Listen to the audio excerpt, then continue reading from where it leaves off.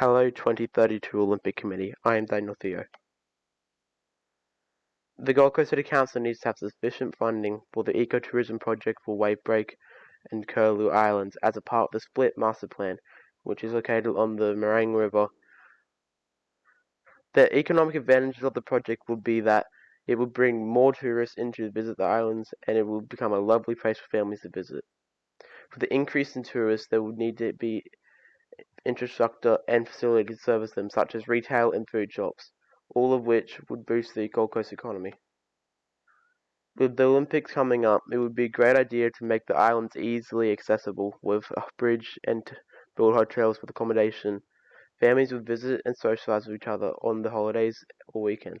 All the social activity would mean more people would have to buy more food, creating more income. The advantages of the project would be that attraction would minimize damage to seagrass. The island has significant vegetation and it continues to flourish, which would bring some wildlife with more food going to water. This would attract more fish and sharks. Building bridges, shops, and hotels would damage nature there, but increased number of people would help with feeding them.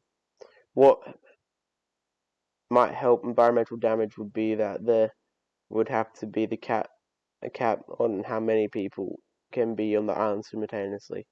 If there is a restricted area where there would be nothing chopped down and animals could live there as well. Some issues might be that the increase of food scraps would bring animal pests. With buildings being added, they would have to put on land where animals live and disrupt the land. With so many people with boats, it would really be difficult to track how many people will be on the islands. To fix it, though, just use eco-friendly gear to help build and sustain energy.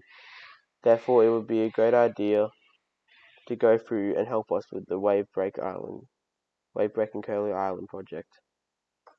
Thank you for listening, and sorry for the camera failure. It wouldn't work. I tried once.